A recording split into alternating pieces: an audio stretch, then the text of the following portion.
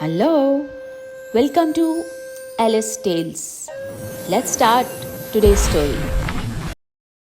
Long ago, King Pratap Mukut ruled the great city of Varanasi. His son, Prince Vajramukut, was brave, handsome, and adventurous. His closest friend was Buddhi Shrir, the son of the royal minister. Buddhi Shrir was more than just a loyal friend. He was exceptionally intelligent and always seemed to see what others could not. One day, while hunting, the two friends wandered deep into a forest.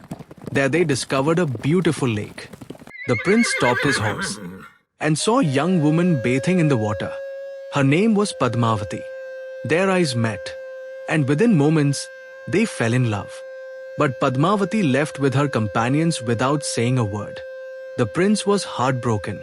Friend, how can I live without her? I don't even know her name. Buddhi Shrir smiled. You know more than you think. You know her name, where she lives, and even who her family is. The prince was stunned. But she never spoke to me. She didn't need words. Buddhi Shrir replied. She spoke through signs. The lotus she held near her ear pointed to the kingdom of King Karnotpal. The lotus gesture near her mouth suggested that she was the daughter of a famous dental craftsman. When she placed the lotus on her head, she revealed her name, Padmavati. And when she placed her hand over her heart, the message was clear. Her heart already belonged to the prince. The two friends set out to find her. After many days, they reached Kalinga. There they learned that Padmavati's father was a famous dental craftsman and a trusted courtier of King Karnotpal. With the help of an elderly woman who had once served Padmavati, they sent her a message. But when the woman returned, there were white finger marks on both her cheeks. The prince immediately feared the worst. Has she rejected me?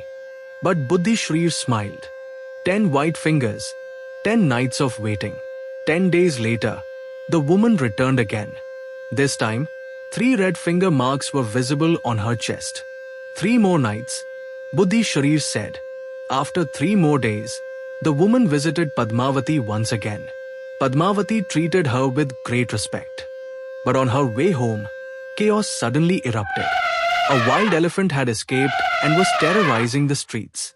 Padmavati had already prepared another way out. The woman was lowered from a window into the garden using a small platform tied to a rope. Buddhi Shrir immediately understood. Now we know how the prince can reach Padmavati. That very evening, the prince followed the hidden route to her palace. Padmavati was waiting for him.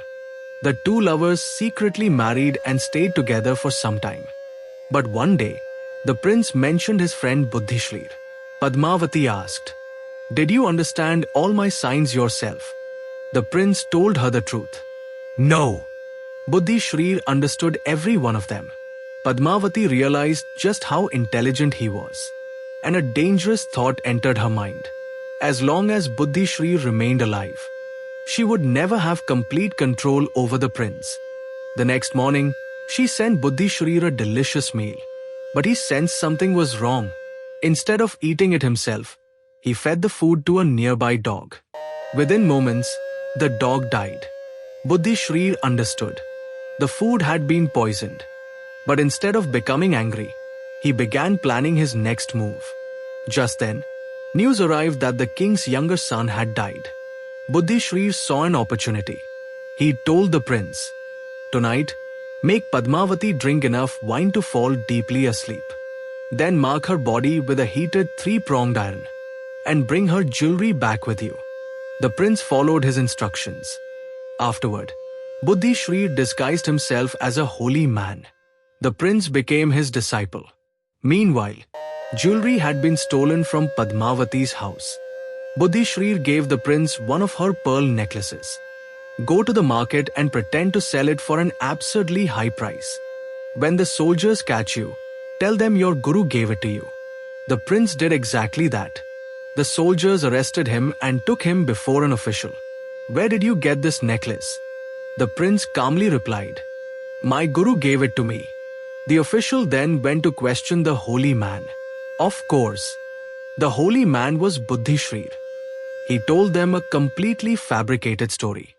I was performing rituals in the cremation ground when I saw a mysterious woman. She was preparing to sacrifice the king's younger son. When she disturbed my meditation, I marked her body with my trident and took this pearl necklace from her. King Karnotpal heard the story. He remembered the jewelry stolen from Padmavati's house.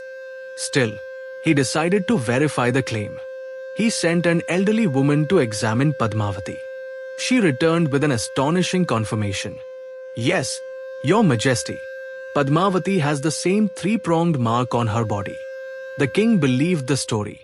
Without discovering the full truth, he ordered Padmavati to be banished from the kingdom. Her parents begged for mercy, but the king refused to change his decision. Padmavati was abandoned in the forest. There, the prince and Buddhi Shri were waiting for her.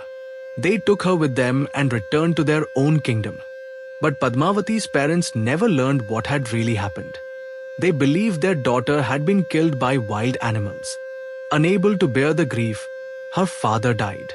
Soon afterward, her mother also passed away. Then the Betal turned to King Vikram and asked, "Tell me, O king, who was responsible for their deaths? Buddhi Sharir, the prince, or Padmavati herself?" Vikram remained silent for a moment. Then he answered, "None of the three was mainly responsible. Buddhi Shrir used his intelligence to protect his prince. The prince and Padmavati were so consumed by love that they failed to consider the consequences of their actions. But the greatest fault belonged to King Karnotpal. A king's duty is to discover the truth before passing judgment. He should have ordered a proper investigation. Instead, he believed a fabricated story and a few misleading clues. And because of that wrong decision, an entire family was destroyed." The moment Vikram finished speaking, the Betal burst into laughter. Then, in an instant, he flew from Vikram's shoulder and once again hung upside down from the ancient banyan tree. Hey there! Did you like the story? Then like and subscribe the channel. And if you wish to hear the story in some other language, then leave the comment below. I would love to hear from you. See you next time.